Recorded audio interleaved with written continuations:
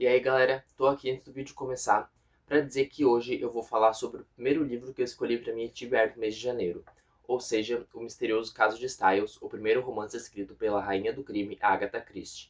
No último vídeo eu fiz a pergunta para vocês, qual dos dois livros da TBR do mês de janeiro eu deveria ler primeiro, né? Ou Juvenília, um livro de romance de época, ou O Misterioso Caso de Styles, um livro de suspense e thriller policial.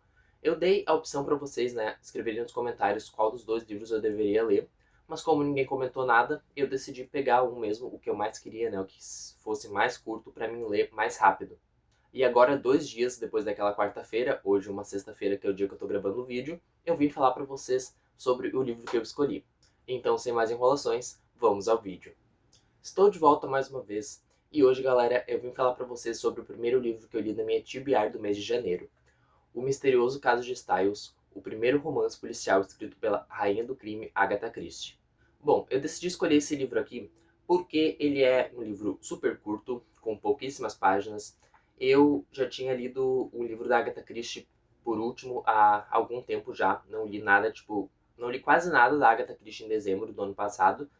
E em janeiro, né, desse ano, nesse inicinho de ano, eu tô lendo outros livros de outros gêneros. E eu precisava, sentir que eu tava precisando ler um livro da minha autora favorita. E aí, como já tinha um na TBR, eu decidi escolher esse aqui mesmo para começar o ano. A história por trás do misterioso caso de Styles é bem engraçada. No livro autobiográfico da Agatha Christie, publicado pela editora HarperCollins, com essa capa preta linda e com esse corte roxo belíssimo também, lá no capítulo 5 tem meio que um desafio que a Agatha conta como foi a experiência dela, né, escrevendo seu primeiro romance.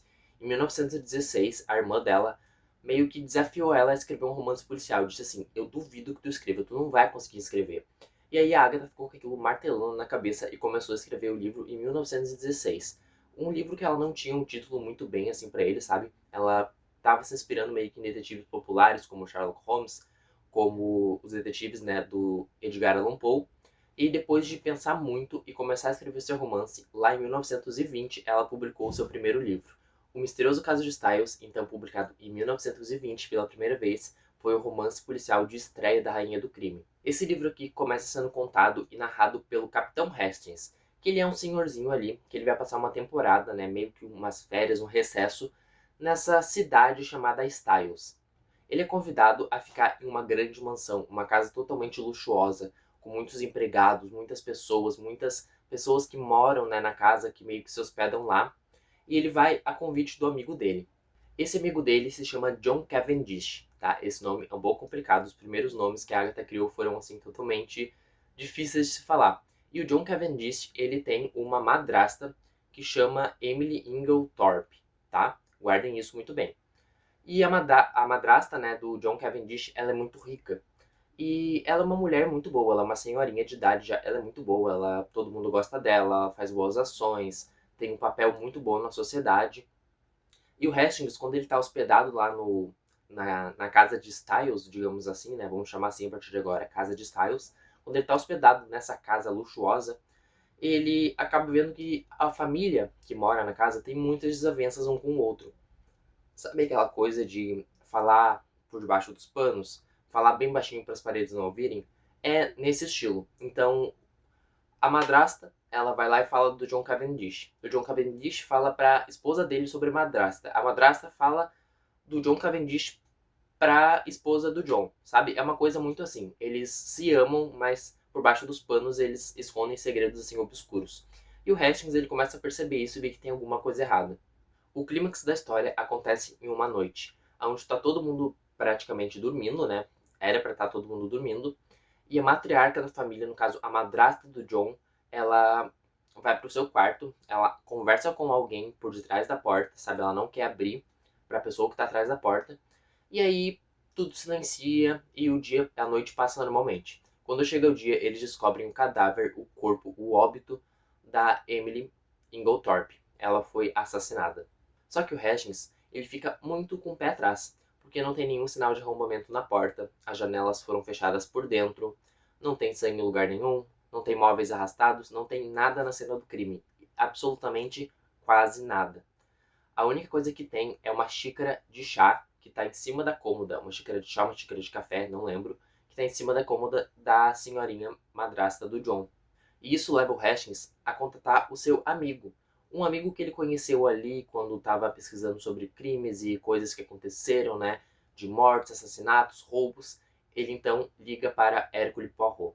E essa é a primeira aparição do detetive belga mais conhecido e mais amado de todos os tempos. Hercule Poirot aparece pela primeira vez aqui, né? Aqui mesmo está dizendo o primeiro mistério de Hercule Poirot em Um Misterioso Caso de Styles. O Hastings liga para ele e fala assim: Poirot, então, tem uma coisa muito estranha acontecendo na casa que eu tô, eu preciso que tu venha pra cá e me ajude a desvendar o crime.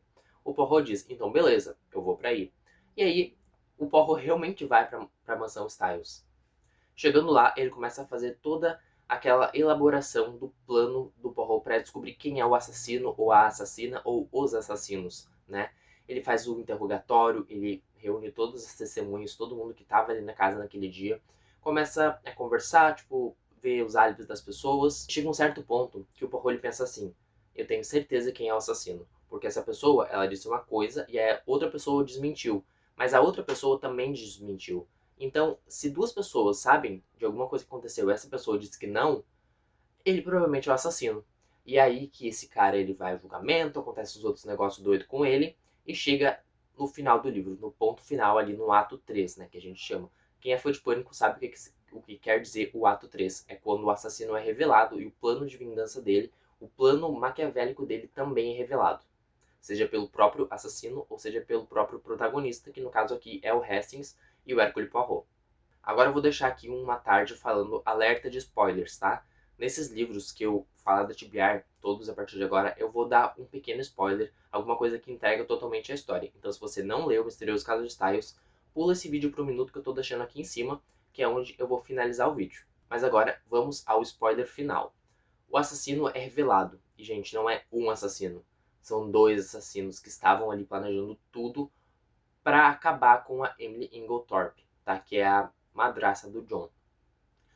Quem são esses assassinos? O próprio John Cavendish e a amante dele, tá? Quem morava na casa com ele era o John, a Emily Inglethorpe, né, a que morreu, e a esposa do John, que eu não me lembro o nome dela, tá? Só que a esposa do John, ela era meio que uma pessoa retraída, sabe? Ela parecia que tinha medo dele, não sei, ela não falava muito, ela não dava a entender nada. Era um personagem café com leite da história. Aí, do nada, na história é inserida essa mulher que a gente não sabe nem de onde que ela veio. E aí, no final, o Poirot, assim, não sei como, ele consegue descobrir que quem realmente fez isso foi o John e a amante dele, tá? Mas por quê? Por que eles fizeram isso? O John ele tinha um relacionamento muito bom com a esposa. E a madrasta dele, a Emily, a que morreu, ela sabia que ele tinha uma amante. E ela ficava dizendo, ó, tu vai falar pra tua esposa a verdade, que tu tem uma amante que tu quer terminar. Separação de bens total, sabe? Porque a esposa do John, ela era rica, né? E aí o John ficava falando, não, eu vou falar, eu vou falar, eu vou falar, e nunca falava. E a Emily Inglethorpe, que era a pessoa que morreu, uma senhorinha de idade muito boa, ela não concordava com isso. E aí chegou a fatídica noite que ela disse assim, dessa noite não passa. Ou tu vai falar o que tá acontecendo pra tua esposa, abrir assim o coração com ela, ou amanhã de manhã eu falo. E aí o John pensou, fudeu, eu tenho que dar um jeito de apagar, silenciar essa véia, né? Aí ele foi até a mulher dele, a mulher não, a amante dele, e eles planejaram tudo naquela mesma noite. A Emily acordou, né? Não acordou no caso, acordou morta. E aí o Poirot ele consegue interligar tudo, é uma leitura assim frenética, sabe? Acontecem muitas coisas e isso rebate diretamente com meus pontos negativos desse livro. Agora, pontos positivos e pontos negativos de Misterioso Caso de Styles e Agatha Christie. Os pontos positivos. Gente, eu adorei a história, tá? Foi uma história assim muito boa, muito envolvente. Teve muita reviravolta, muito plot twist atrás de plot twist.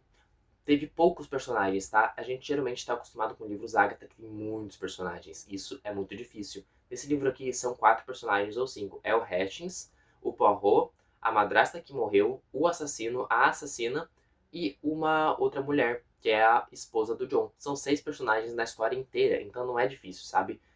Tem aquele negócio de a Agatha sempre enganar a gente de algum jeito. E sim, ela me enganou. Eu suspeitei que era uma pessoa, e no final, não era. Era os outros dois que estavam contra aquela uma pessoa, sabe? Então, uma coisa muito doida, é uma coisa muito boa de se ler. Eu gostei muito do livro. mas também teve alguns pontos negativos que eu vou falar agora. O primeiro ponto negativo é que, enquanto eu achava que a leitura estava progredindo, ela estava arrastada, tá? Eu entendo muito, eu acho, porque é o primeiro livro que a Agatha escreveu, ela fez mais como um desafio para provar para a irmã dela, né, que ela conseguia escrever um romance policial, sim, e por isso que ele teve um pouco de, como é que eu posso dizer, uma história um pouco lerda, sabe? Ele tem pouquíssimas páginas, ele tem 285 páginas no máximo, tá? E as coisas acontecem muito devagar. Mas como assim esse texto diz que é frenético? É frenético quando tá no clímax. Quando tá no clímax é viravolta, reviravolta, reviravolta. Mas quando ele tá desenvolvendo, parece que ele demora muito, ele arrasta muito, sabe? Eu não sei se só eu senti isso. Eu espero que não, né? Que eu não seja um hater escondido de Agatha Christie. Mas esse aqui é o primeiro livro que ela escreveu, então eu entendo perfeitamente tudo isso que eu tô dizendo, né?